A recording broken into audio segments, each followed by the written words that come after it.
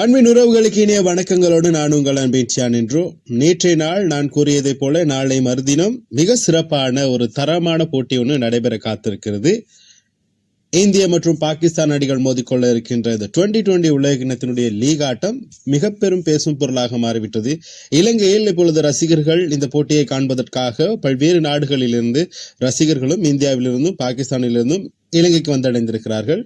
இலங்கையில் இப்பொழுது ஹோட்டல்கள் டிக்கெட்ஸ்கள் எல்லாம் விற்று தீர்ந்தாகிவிட்டன. ஆனால் இதற்கிடையில் இந்த டிக்கெட்டுகளை பெறுவதில் பல சிக்கல்கள் இருந்து கொண்டிருந்தது. நேற்றைய நாளோடு டிக்கெட்டுகள் வெற்றி தீர்ந்தாகிவிட்டது.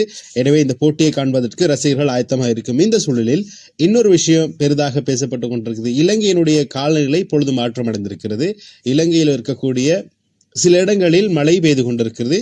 இன்றைய நாள் இலங்கையினுடைய SSC மைதானத்தில் நடைபெற்ற நெதர்லாந்து மற்றும் ஒமான் அணிகளுக்கு இடையிலான போட்டியிலும் கூட மழை குறுக்கிட்டிருந்தது. போட்டியின் பின்னதாக அந்த பாதிப்பு நாளைய தினம் பாதிப்பதற்கான வாய்ப்பு இருக்கிறது போல் தெரிகிறது. காரணம், இலங்கையில் இப்பொழுது வானிலை மையம் நேற்று நாளில் எதிர்வு கூறியிருந்தது. போட்டிகள் நடைபெறும் போது மழை குறுக்கிடலாம் அப்படிங்கிற மாதிரி சில வேளைகள் மழை பெய்வதற்கான வாய்ப்பும் இருக்கிறது. எது எப்படி இருந்தாலும் இந்த போட்டிக்கு பெரிதும் எதிர்பார்க்கப்படும் ஒரு போட்டியாக இருக்கிறது. ஏனென்றால் பாகிஸ்தான் ஏற்கனவே கடந்த ஆசிய கிண்ண போட்டியில் 3 தடவைகள் 2020 வடிவிலான நடைபெற்ற 3 போட்டிகளில் தோல்வி கண்டது. தொடர்ச்சியாக 3 போட்டிகள் இந்தியாவுடன். அப்போது பாகிஸ்தானிடம் கேள்விகள் கேட்கப்பட்டாலும் அதற்கான பதில்களை சீரான முறையில் சல்மான் அலியாக அறிவிக்கவில்லை. ஆனால் மிக சிறப்பாக கூலாகவும் பதில் சொல்லியிருந்தார். அன்றைய நாளில் அணித்தலைவர் சூரியகுமார் யாதவ் சொன்னது, இந்த எங்களுக்கு இடையில் இந்த ரைவல்ரி அப்படிங்கிற ஒரு விஷயம் இல்லை. ஒரு சிறந்த டீமோட நாங்கள் பெர்ஃபார்மன்ஸ் பண்ணால் அது ஒரு ரைவல்ரின்னு கருதப்படும். ஆனால் இப்போ இந்தியா பாகிஸ்தான் ரைவல்ரின்னு சொல்லாதீங்க. அந்த அளவுக்கு எங்களோட எல்லா போட்டிகளும் நாங்கள் இலகுவாக வெற்றி பெறுவதால் எங்களோட ரைவல்ரி சொல்லாதீங்க அப்படிங்கிற மாதிரி கருத்தை சொல்லியிருந்தாரு. ஆனால் இப்போ இருக்கிற பாகிஸ்தான் ஒரு சிறந்த பந்து வீச்சாளர்களை, சுழல் பந்து வீச்சாளர்களை கொண்ட ஒரு கட்டமைப்பித்த ஒரு அணியாக இருந்து கொண்டிருக்கிறது. எனவே இந்த போட்டியிலும் சுழல் பந்துகளுக்கும் மற்றும் துடுப்பாட்ட வீரர்களுக்கு இடையிலான ஒரு போட்டியாக தான் நான் பார்க்கிறேன் இந்திய பாகிஸ்தான் போட்டிகளாக. குறிப்பாக பாகிஸ்தானுடைய இந்த சுழல் பந்து வீச்சாளர்களை பொறுத்தவரையில் மிக சிறந்த பந்து வீச்சாளர்களை கொண்ட ஒரு அணியாக இருக்கிறது. அதே மாதிரி துடுப்பாட்டத்தில் இந்திய அணியுடைய அபிஷேக் சர்மா, அதே மாதிரி இஷான் கிஷன் அணியில் மீண்டும் இணைந்து கொண்ட இஷான் கிஷன், சூரியகுமார் மீண்டும் ஃபோமுக்கு வந்து விட்டார். அவருக்கு அடுத்தபடியாக திலக் வர்மா, சிவம் தூபே, ஹர்திக் பாண்டியா, இப்படி ரிக்கு சிங், இறுதியாக அக்சர் பட்டேல், இப்படி 8 வீரர்களை கொண்ட ஒரு துடுப்பாட்ட அணி எப்படி பாகிஸ்தானுடைய சுழல் பந்தை எதிர்கொள்ள போகிறது என்பதும் இங்கு கவனிக்கக்கூடிய விஷயம். பாகிஸ்தானை பொறுத்தவரை துடுப்பாட்டத்திலே விட பந்து வீச்சிலே மிக சிறப்பான ஒரு அணி. இப்போது போட்டி முன்னதாக இல்லை. பாகிஸ்தான் அணி இப்பொழுது பல்வேறு மாற்றங்களுக்கு மத்தியில் விளையாடி கொண்டிருக்கிறது. கடந்த ஆஸ்திரேலிய அணியினுடைய தொடரில் வெற்றி பெற்றதோடு கடந்த 2 போட்டிகளோடு தொடர்ச்சியாக 5 போட்டிகளை வெற்றி அவர்களுக்கான வாய்ப்பை உறுதி வைத்துக் கொண்டிருக்கிறது. இந்த போட்டி 50க்கு 50 என்கின்ற சராசரியில் தான் இருக்கிறது. யாருக்கும் வெற்றி கூற முடியாது. ஆனால் இந்த போட்டி ஒரு விறுவிறுப்பான ஒரு போட்டியாக இருக்கும். முன்னதாக நடைபெற்ற 2022-24 ஆண்டுகளில் நடைபெற்ற உலகக்கிண்ண போட்டிகள் மாத்திரம் அந்த மாதிரியான ஒரு போட்டி அல்லாமல் இந்த போட்டி விறுவிறுப்பான ஒரு போட்டியாக இருக்கும் என்பதில் எந்த மாற்று கருத்தும் கிடையாது. குறிப்பாக ஃபர்கான் தான் இதுவரை இந்திய பந்து வீச்சாளரான பும்ராவை இதுவரை மிக சிறப்பாக எதிர்கொண்ட ஒரே ஒரு பாகிஸ்தான் வீரர். அதிக சிக்ஸர்கள் அடித்திருக்கிறார். அவருக்கு எதிராக நாளை தினம் ஃபர்கானுக்கும் பும்ராவுக்கும் இடையிலான ஒரு கிளாஸ் ஒன்றும் இருக்கும். அதே மாதிரி நம்முடைய உஸ்மான் தாரிக் இப்போது பாகிஸ்தான் அணியினுடைய இப்போது வளர்ந்து வரும் ஒரு வீரராகவும், அதே மாதிரி இந்த Pakistan PSL international cricket league போட்டிகளில் மிக சிறப்பாக அவருடைய வெளிப்பாடின் காரணமாக பாகிஸ்தான் அணிக்குள் வந்த உஸ்மான் தாரிக் இப்பொழுது கடந்த தினங்களாகவே இந்திய ஊடகங்களிலும் பாகிஸ்தான் ஊடகங்களிலும் பேசும் பொருளாகவே இருக்கிறார். காரணம், அவருடைய பந்து சர்ச்சைக்குரிய ஒரு பந்து வீச்சாக இருந்தது அப்படின்னு சொல்லி கிரிக்கெட் வீரர்கள் கூறிக்கொண்டிருக்காங்க. பல கிரிக்கெட் வீரர்கள், பல ரசிகர்கள் எல்லாம் சொல்லிக் கொண்டிருந்தாலும் அவருடைய பந்து வீச்சை ICCயுடைய ஒப்புதலின் பேர்தாகவே அவர் பந்துகளை வீசுகிறார் என்று அவர் ஏற்கனவே அறிவித்து விட்டார். ஆனால் அவர் சில இடங்களில் கருத்துக்களை கூறிக்கொண்டிருக்கிறார். உஸ்மான் தாரிக், நான் இந்திய ஊடகங்களில் என்னை கலாய்ப்பதற்கு நான் பந்து வீச்சின் மூலமாக இந்திய அணிக்கு பதில் கொடுப்பது தயாராக இருக்கிறேன் என்று. நேற்றைய நாளில் சூரியகுமார் யாதவிடம் இதை பற்றி கேட்டபோது அவர் சொல்லுகிறார், அந்த மாதிரி பந்துகளை வீசக்கூடியவர்களை பாத்திரம் நான் அதை சம்பந்தமாக பயிற்சிகளில் அதே போன்ற ஒரு பாணியில் பந்துகளை வீசி பயிற்சிகளை எடுத்துக்கொண்டிருக்கிறோம். இதற்கு நாங்கள் ஒரு சிறந்த பதிலடி கொடுப்போம், எங்களுக்கு அதை பற்றி கவலை கிடையாது அப்படின்ற மாதிரி சொல்லியிருக்கார். இன்றைய நாளில் இந்த ஊடக சந்திப்பு நடைபெற்றது. அதில் மிக முக்கியமாக சூரியகுமார் யாதவும் கருத்து மோதலில் ஈடுபட்டார்கள் நம்முடைய சல்மான் அலியாகவும். இதற்கிடையில் சல்மான் அலியாகவும் சூரியகுமார் யாதவும் இடையிலான இந்த ஊடக சந்திப்பிலே இந்த இருவரும் தங்களுக்கு இடையில் கருத்து மோதல்கள், அதாவது சண்டை போட்டுக் கொள்ளவில்லை, அந்த கருத்து மோதல்களை பேசிக் கொண்டார்கள். ஒருவரை ஒருவர் கருத்துக்கள் மோதும், அவர் சொல்ற கருத்துக்கு இவர் எதிர்கருத்தாக சொல்லிக் கொண்டிருந்தார், அப்படியே கருத்துக்கள் போய்கொண்டிருந்தன. இதில் மிக கவனிக்கக்கூடிய விஷயம், சல்மான் அலியாக ஒரு விஷயத்தை கூறுகிறார். எங்களுக்கு இந்திய அணியோடு விளையாடுகின்ற போது முழுமையான இந்திய அணியோடு, பலமான ஒரு அணியோடு விளையாடுவோம். உலகின் நம்பர் 1 அந்த அணியோடு விளையாடுகின்ற போது அபிஷேக் சர்மா போன்ற ஒரு வீரரோடு விளையாடுவதுதான், அவரை போன்ற ஒரு வீரரோடு நாங்கள் விளையாடுவதற்கு தான் ஆசைப்படுகிறோம் என்று சொல்லும் போது அதற்கு சூரியகுமார் யாதவ் சொல்லியிருக்கிறார், பிரச்சனை கிடையாது, அவர் விருப்பப்பட்டால் அப்படி சொன்னாரா, ஓகே, அதற்காக பிரச்சனை கிடையாது, போட்டிகளை நாங்களும் அவரையும் இணைத்துக் கொள்கிறோம், போட்டி நிச்சயமாக அவர் விளையாடுவார் அப்படிங்கிற மாதிரி சொல்லியிருக்கார். குறிப்பா இந்தியா பாகிஸ்தான் போட்டிகளுக்காக இதுவரை 2020 உலகக்கிண போட்டிகளில் 8 முறை மோதி இருக்கின்றன. இதில் அதிக முறை வெற்றி பெற்றிருக்கும் அணி இந்திய அணி 7 முறையும், ஒரு வெற்றியை பாகிஸ்தான் அணியும் பெற்றிருக்கிறது. எனவே இந்த போட்டி ஒரு போட்டித்தன்மை இல்லாத போட்டியாக இருக்கலாம் என்று ரசிகர்கள் எதிர்பார்த்தாலும், ஆனால் இதில் மிக கவனிக்கக்கூடிய விஷயம், இந்த 2020 போட்டியின் முன்னதாக இருந்த பாகிஸ்தான் அணி இப்போது முழுமையாக மாறுபட்டு விளையாட வந்திருக்கிறது என்பது கவனிக்கக்கூடிய விஷயம். பாபர் அசாமினுடைய அண்மை காலமான ஃபோம், அதோடு இப்போது அணியினுடைய ஃபர்கான் தொடர்ச்சியாக இந்திய அணிக்கு எதிராக அதிகமான ஓட்டங்களை குவித்தவர்கள் வரிசையில் ஃபஹ்ரான் முதலிடத்தில் இருக்கிறார். அவர் தான் அதிகமான ஆசிய கிண்ண போட்டியில் 2020 வடியிலான போட்டியில் அதிகமான ஓட்டங்களையும் இந்திய அணிக்கு எதிராக பெற்றிருக்கிறார். அதே மாதிரி பாகிஸ்தான் அணிக்கு எதிராக மிக சிறப்பான ஒரு விஷயங்களை செய்யக்கூடிய, வியூகங்களை விற்கக்கூடிய ஒரு வீரராக இருந்து கொண்டிருக்கிறார் ஹர்திக் பாண்டியா தான் ஒன்று பந்து வீச்சிலோ அல்லது துடுப்பாட்டத்திலோ பாகிஸ்தானுக்கு அச்சுறுத்தலாக இருக்கக்கூடியவர். இன்னொருவர் இந்தியாவுடைய வேகப்பந்து வீச்சாளர் ஜஸ்பின் பும்ராவுடைய பந்து வீச்சும் இங்கே பெரிய தாக்கத்தை ஏற்படுத்தும். வாஷிங்டன் சுந்தர் இப்பொழுது மீண்டும் அணிக்குள் உள்வாங்கப்படுவதற்கான வாய்ப்பு இருக்கிறது. ரிக்கு சுங்கே வெளியில வைத்துவிட்டு பிரேமதாச மைதானத்தை பொறுத்தவரை அங்கு சுழல் பந்து மிக முக்கியமானது. சிக்சர்கள் எல்லாம் மிகப்பெரிய சிக்சர்களாக அடிக்கக்கூடிய இடமாக கருதக்கூடிய கொண்டிருக்கணும். இந்த வேளையில் வாஷிங்டன் சுந்தரை மீண்டும் அணிக்குள் கொண்டு வருவது ஒரு இந்திய அணிக்கு ஒரு நல்ல தாக்கத்தை ஏற்படுத்தும். காரணம், வாஷிங்டன் பொறுத்தவரை அவர் ஏற்கனவே இலங்கையில் ஆடிய அனுபவங்கள் இருக்கின்றன. இந்த நிதாஸ் ட்ரோஃபியில் எல்லாம் அவர் சிறப்பாக செயல்பட்டார் என்பது குறிப்பிடத்தக்கது. நிதாஸ் போட்டி அப்போது அவர் விளையாடுகின்ற போது மிக இளமையான 18 வயது நிரம்பிய ஒரு வீரர். ரோஹித் சர்மாவுடைய தலைமையிலே இந்த போட்டிகளிலே அவர் விளையாடி இருந்தார். இந்த அனுபவம் சில வேளை இந்தியாவுக்கு சாதக தன்மை ஏற்படுத்தக்கூடிய வாய்ப்பு இருக்கிறது. குறிப்பாக இந்திய அணியினுடைய சுழல் பந்து வீச்சிலே குல்தீப் யாதவ், வருண் சக்கரவர்த்தி, இப்போது சில வேளை நாளை தினம் நம்முடைய வாஷிங்டன் சுந்தர் விளையாண்டார், அவரோடு 3 பந்து வீச்சாளர், 4வதாக அபிஷேக் சர்மா, இன்னொருவர் பந்து வீசக்கூடியவராக இருக்கக்கூடிய அக்சர் பட்டேலோடு இணைந்து ஒரு 5 சுழல் பந்து வீச்சாளரோடு நாளை தினம் இந்தியா களமிறங்க காத்திருக்கிறது.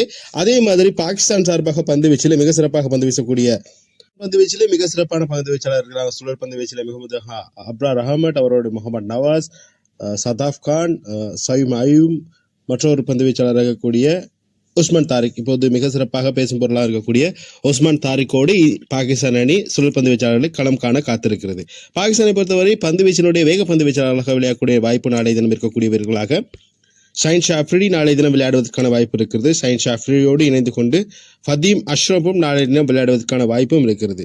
இப்பொழுது மீண்டும் அணியில் இணைக்கப்படுவதற்கான வாய்ப்பு இருக்கக்கூடிய பாகிஸ்தானுடைய வீரராக இருக்கக்கூடிய ஃபர்கஸ் சல்மானும் நாளை தினம் விளையாடுவதற்கான வாய்ப்பு இருக்கிறது. நாளை தினம் விக்கெட் காப்பாளராக செயல்படக்கூடிய உஸ்மான் கானுக்கு நாளை தினம் ஓய்வு வழங்குவதற்கான வாய்ப்பும் இருக்கிறது. இந்திய அணியை பொறுத்தவரை இந்திய அணியினுடைய பந்து வீச்சில் மிக சிறப்பாக வீசக்கூடிய குல்தீப் யாதவும் அக்சர் பட்டேலும் நாளை தினம் மாயாஜாலங்களை செய்து மிக சிறப்பான ஒரு பந்து வீச்சை காட்டக்கூடிய வாய்ப்பு இருக்கிறது. ஜஸ்பின் பும்ரா நாளை தினம் கலக்குவார் என்று எதிர்பார்க்கப்படும். இந்த வேளையில் முகமது சிராஜா அல்லது ஹர்தீப் சிங்கா அணிக்குள் வரப்போகிறார்கள் என்பது கேள்விக்குறியாக இருந்து கொண்டிருக்கிறது. வாஷிங்டன் சுந்தர் நாளை தினம் விளையாடினால் இந்திய அணி சார்பாக ஒருவேளை இதில் ஹர்தீப் சிங்குக்கு ஓய்வு வழங்கப்படலாம் அப்படிங்கிற மாதிரி ஒரு கருத்தும் இருக்கிறது. இது எப்படி இருந்தாலும் திலக் வர்மாவுடைய ஒரு துடுப்பாட்டம் மிக சிறப்பாக இருக்க வேண்டும். காரணம், அவர்தான் 2ஆம் இலக்கத்தில் துடுப்பாட்டத்தை ஆடிக்கொண்டிருக்கிறார் இப்போது இந்திய அணிக்காக. நாளை தினம் இந்திய அணியினுடைய வெற்றியை பெற வேண்டும் அப்படிங்கிற ஒரு முனைப்போடு இருக்குமாக இருந்தால் திலக் வர்மாவுடைய ஆட்டம் மிக முக்கியமான ஒரு ஆட்டமாக காணக்கூடியதாக இருக்கிறது. பொதுவாக இந்த பிரேமதாச மைதானத்தை பொறுத்தவரை நாணய சுழற்சி என்பது மிக முக்கியமானது. நாணய சுழற்சியில் ஒருவேளை இந்திய அணி வெற்றி பெற்றால் முதலில் துடுப்பாட்ட சந்தர்ப்பத்தை எடுத்துக்கொண்டால் மிக இலகுவாக இருக்கும். காரணம், இந்த நாணய சுழற்சி தான் தாக்கத்தை ஏற்படுத்தும் அந்த மைதானத்தை பொறுத்தவரை. எனவே நாணய சுழற்சி மிக முக்கியமானது. இரண்டு அணிகளுக்கும் சேசிங் செய்வதற்கு மிகவும் ஒரு சிறந்த அணியாக ஒரு அணி இருந்தால் மாத்திரமே அதை வெற்றக்கூடியும். இந்தியாவுக்கு சேசிங் செய்வதற்கும் இலகுவான ஒரு அணிதான். ஆனால் எதை எப்படி இருந்தால் சில வேளை அந்த மைதானத்தில் 180 ஓட்டங்களுக்கு மேல் அதிகமாக பெற்றுக்கொண்டால் ஓட்டங்கள் அல்லது 190க்கு மேலே ஓட்டங்களை பெற்றுக்கொண்டால் கொஞ்சம் கடினமான ஒரு மைதானம் என்பது சுட்டிக்காட்டக்கூடிய விஷயம். சிக்ஸர் அழகாக மிக தூரமான சிக்ஸர்களை அடிக்கக்கூடிய ஓங்கி அடிக்கக்கூடிய சிக்ஸர்களாக இருக்கும் என்பது இங்கு சுட்டிக்காட்டக்கூடிய விஷயம். சிவம் தூபே மிக சிறந்த ஒரு சகலத்துறை வீரர் இந்திய அணி சார்பாக. வாஷிங்டன் சுந்தரம் அணிக்குள் வருகின்ற போது ஒரு சிறந்த ஒரு கட்டமைப்பு கொண்ட ஒரு அணியாக இருக்க போகுது இந்திய அணியை பொறுத்தவரை நாளை தினம் பெரிதும் எதிர்பார்க்கக்கூடிய வீரராக ஈஷான் கிஷன் இருக்க போகிறார். ஆரம்ப துடுப்பாட்ட வீரராக அவரோடு இருந்து அபிஷேக் சர்மா நாளை தினம் விளையாடுவதற்கான வாய்ப்பு வைத்துக் கொண்டிருக்கிறது. பின்னதாக அணித்தலைவர் சூரியகுமார் யாதவ் இப்பொழுது மிக சிறப்பான ஃபார்மில் இருக்கிறார். அவருக்கு பின்னதாக ஹர்திக் பாண்டியா, அக்சர் பட்டேல் அப்படி என்று சொல்லி ஒரு மிக சிறப்பான ஒரு பேட்டிங் லைனப்பை கொண்ட ஒரு இந்திய அணி நாளைய தினம் பாகிஸ்தானோடு விளையாட காத்திருக்கிறது. வருண் சக்கரவர்த்தி, குறிப்பாக வருண் சக்கரவர்த்தியுடைய பந்து வீச்சு மிக சிறப்பாக இருந்து கொண்டது. அண்மை காலமாக 2020 வடிவிலான ஃபார்மட்டில் மிக சிறப்பான பந்து வீச்சாளர். தரவரிசையிலும் அவர்தான் முதலிடத்தில் இருந்து கொண்டிருக்கிறார். எனவே நாளை தினம் அப்ராரா வருண் சக்கரவர்த்தி அப்படிங்கிற போட்டியும் இருக்க போகிறது. மிக சிறப்பான ஒரு கிரிக்கெட் ரசிகர்கள் எதிர்பார்த்து காத்திருக்கிற ஒரு போட்டி நாளை தினம் நடைபெற போகிறது. எனவே இப்போது இலங்கை கிரிக்கெட் கட்டுப்பாட்டு சபையும் அதோடு இலங்கையினுடைய அரசாங்கம் எடுத்திருக்க முக்கிய கோரிக்கையாக இருக்கிறது, தேவையில்லாத பொருட்களை மைதானத்துக்குள் கொண்டு செல்ல வேண்டாம். அதாவது மது சார்ந்த மதுசபானங்கள், அது சம்பந்தமான போதைப் பொருட்களை கொண்டு போவதற்கு அனுமதி கிடையாது. கத்தி போன்ற ஆயுதங்கள் அல்லது துப்பாக்கிகள் போன்ற ஆயுதங்களை கொண்டு செல்வதற்கான அனுமதி அங்கே கிடையாது. சரியான முறையில் திட்டங்களை கையாள வேண்டும். அதாவது சுற்றுச்சூழலுக்கு மாசுபடுத்தக்கூடிய எந்த ஒரு விஷயத்தையும் பயன்படுத்தக்கூடாது அப்படிங்கிற மாதிரியும் நேற்றைய நாளில் இலங்கை அரசினுடைய பொலிஸ்மா பேச்சாளர் நேற்றைய நாளில் அறிவிச்சிருந்தார். அதே மாதிரி இன்னொரு விஷயம் இருக்கிறது, சரியான முறையில் அங்கே நடைபெறுகின்ற போட்டியில் ரசிகர்களுக்கு இடையில் எந்த மோதல் முறைகளும் வராமல் அமைதியான முறையில் இருப்பதற்காக பாதுகாப்பு பலப்படுத்தப்பட்டிருக்கிறது இலங்கையை பொறுத்தவரை இலங்கையில் பாதுகாப்பு. இந்திய பாகிஸ்தான் போட்டி இப்பொழுது ஒரு நீண்ட இலைக்கு பின் இலங்கையில் நடைபெறுவதால் இது ஒரு ரசிகர்களுக்காகவும் அல்லது 2020 உலகக்கிண போட்டிகள் நடைபெறுவது கொண்டிருக்கும் இந்த வேளையில் 2020 உலகக்கிண போட்டிகளை விட இந்த இந்திய பாகிஸ்தான் போட்டிகளுக்காக ரசிகர்கள் அதிகமாக எதிர்பார்த்து கொண்டிருக்கிறார்கள். எனவே நாளைய தினம் இந்த போட்டியை காண வருகின்ற ரசிகர்கள் ஒன்று இந்திய ஜேசியிலும் இன்னொன்று பாகிஸ்தான் ஜேசியிலும் இருக்க போகிறார்கள். எப்போதும் நடுநிலையாக இருக்கக்கூடிய இலங்கை ரசிகர்கள் நாளை தினம் என்ன மாதிரி விஷயங்களை கையாள போறாங்கன்னு தெரியல. குறிப்பா நாளை தினம் மழை வந்தால் இதற்கான தாக்கம் பெரிய தாக்கத்தை ஏற்படுத்தும். ரசிகர்கள் நிறைய பேர் டிக்கெட் வாங்கியிருப்பீங்க. சில வேளை அந்த டிக்கெட்டுகளை வாங்கிவிட்டு அங்கே பார்க்க போற ரசிகர்கள் எல்லாம் இந்திய வீரர்களையோ அல்லது பாகிஸ்தான் வீரர்களை பார்த்து விட்டு வந்தால் போதுங்கிற மாதிரி இருக்கிறாங்க. ஓகே, என்ன எப்படி இருந்தாலும் போட்டி நாளை தினம் சுவாரஸ்யமா இருக்க போகுதுங்கிறது சொல்ல போறேன். இன்னொரு வாட்டி இந்த ஹிஸ்டரியை எடுத்து பார்த்தோம் அப்படின்னு சொன்னா, வரலாற்று பின்னணி எடுத்து இந்த இரண்டு அணிகளுக்கு இடையே நடைபெற்றிருக்கின்ற போட்டிகளில் அதிகமான முறை ஐசிசி ஈவெண்ட்டுகளில் வெற்றி பெற்றிருக்கிறது அணி இந்திய அணி. இதுல சாம்பியன்ஸ் ட்ரோஃபில மாத்திரம் 3 போட்டிகளில் சமப்படுத்தி இருக்கிறது பாகிஸ்தான். அந்த ஒற்றைய ஒரு சாம்பியன்ஸ் ட்ரோஃபி போட்டிகளை மாத்திரம் 3-3 என்று சமப்படுத்தி இருக்கிறது. ஆனால் மற்ற அனைத்து ஆட்டங்களிலும் இந்தியாவுடைய ஆதிக்கம் மிக முக்கியமாக பார்க்கப்படுகிறது. ஐசிசி போட்டிகள் வருகின்றது, இந்திய அணி எப்போதும் பாகிஸ்தானை துவம்சம் செய்யும். அதை நாளை தினம் செய்யுமா அப்படிங்கிற மாதிரி ஒரு கேள்வியும் இருந்து கொண்டிருக்கிறது. குறிப்பாக பாகிஸ்தான் இதுவரை உலகக்கிண்ண 50 வடிவிலான போட்டிகளில் 8 முறை மோதி இருக்கிறது. அதில் 8 முறையும் தோற்றிருக்கிறது. T20 போட்டிகளில் 8 முறை மோதி இருக்கிறது. அதில் 7 முறை தோற்றிருக்கிறது, 1 முறை மாத்திரமே வெற்றி பெற்றிருக்கிறது. இன்னொன்று சாம்பியன்ஸ் ட்ரோஃபியில் மாத்திரம்தான் 3-3 என்று 2 அணிகளும் தலா வெற்றிகளை பெற்றிருக்கின்றன. ஆசிய கிண்ண பொறுத்தவரை ஆசிய கிண்ணத்தில் 13 வெற்றிகளை இந்திய அணி பெற்றிருக்கிறது, 6 வெற்றிகளை மாத்திரம் பாகிஸ்தான் பெற்றிருக்கிறது. எனவே இந்த போட்டிகளை பொறுத்தவரை எப்போதும் ஐசிசி ஈவெண்ட்டுகள் வருகின்ற போது இந்தியாவுடைய ஆதிக்கம் இருக்கும். ஆனால் இந்த போட்டியானது, இந்த லீக் போட்டியானது கடந்த ஆசிய கிண்ண போட்டிகளை போன்றல்ல. காரணம், 2 அணிகளும் ஒரு சமபலமான அணிகளாக இருந்து கொண்டிருக்கின்றன. என்னை பொறுத்தவரை வெற்றி பெறுவதற்கான வாய்ப்பு இந்தியாவுக்கு 160% இருக்கிறது, 40% பாகிஸ்தானுக்கு இருக்கிறது என்னுடைய கணிப்பு. ஒருவேளை நாளை தினம் பாகிஸ்தான் வெல்லுமாக இருந்தால் இது மிகப்பெரிய வரலாற்று செய்து, சில வேளை இந்தியா வெற்றி பெற்றால் வளமையா என்ன செஞ்சுக்கிட்டு இருக்கோமோ அதே தான் செஞ்சுக்கிட்டு இருக்கோங்கிற மாதிரி ஒரு கருத்து நிலவுது.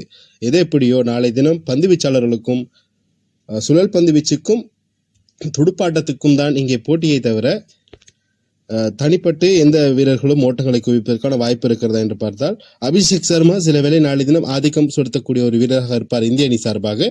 அதே மாதிரி பாகிஸ்தான் தரப்பிலிருந்து ஒரு சிறந்த வீரராக இருக்கக்கூடிய அணி சார்பாக சைன் ஷாதா ஃபக்ரானும் இருக்கிறார். சிலவேளை அவரும் நாளை தினம் பாகிஸ்தானுக்கு ஒரு சிறந்த ஆரம்பத்தை எடுத்துக் கொடுப்பதற்கான வாய்ப்பு இருக்கிறது. அபிஷேக் சர்மாவும் சயித் சாப் அர்கானும் இணைந்து பார்க்கின்ற போது அபிஷேக் சர்மாவுடைய ஸ்ட்ரைக் ரேட் கூடையாக இருந்து கொண்டிருக்கிறது. எனினும் பாகிஸ்தான் தரப்பிலிருந்து ஒரு சிறந்த அணி வீரர் என்றால் இப்போது இருக்கின்ற நடைமுறை 2020 கிரிக்கெட்டில் விளையாடி கொண்டிருக்கும் ஒரு சிறந்த வீரர் சைன் ஷாதாப் அர்கான் என்பது குறிப்பிடத்தக்கது. பாகிஸ்தானுடைய இன்னொரு வீரராக இருக்கக்கூடிய பாபர் அசாமை அணிக்குள் வைத்திருக்கிறார்கள். அவருடைய அனுபவம் அவருடைய கடந்த போட்டிகளில் பெற்றுக்கொண்ட ஓட்டங்கள். எனவே பாகிஸ்தானுக்கு பாபர் அசாமும் ஒரு மிக சிறந்த ஒரு வீரராக இருந்து கொண்டிருக்கிறார். எனவே ஒரு பாகிஸ்தானும் ஒரு சிறந்த துடுப்பாட்ட வரிசையை கொண்டிருக்கிறது. இந்திய அணிக்கு சொல்லவே தேவையில்லை. அணியினுடைய முதல் 8 இடங்களுக்குள் மிக சிறப்பான துடுப்பாட்ட வீரர்களை கொண்ட ஒரு அணியை நாளை தினம் முழுமையாக ஈடுபடுத்தும். சுழல் பந்துக்கும் துடுப்பாட்டத்துக்கும் இடையிலான போட்டி. இந்தியா பொறுத்தவரை இந்தியா பேட்டிங் லைனப்பில் மிக சிறந்த லைன் கொண்டிருக்கிறது. பாகிஸ்தான் பந்து வீச்சிலே மிக சிறப்பான ஒரு லைனப்பை கொண்டிருக்கிறது. ஒருவேளை இந்த போட்டி துடுப்பாட்டத்திலோ அல்லது பந்து வீச்சிலோ முடிய போகிறது. பார்ப்போம் நாளை தினம் என்ன மாதிரியான பெறுபேறுகளை நமக்கு தரப்போகிறது என்று. நாளை தினம் முழுமையான காணொலியோடு உங்களை வந்து சந்திக்கின்றேன்.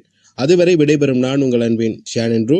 காணொலிகள் பிடிச்சிருந்தா லைக் பண்ணுங்க, ஷேர் பண்ணுங்க, கமெண்ட் பண்ணுங்க. மறக்காம பெல் ஐக்கனை கிளிக் பண்ணி வைங்க. நான் போடக்கூடிய தகவல் உங்களை தினம் சேரும் அப்படிங்கிற ஒரு நல்ல விஷயத்தோட நாளை போட்டிக்காக உங்களோடு நானும் காத்திருக்கிறேன்.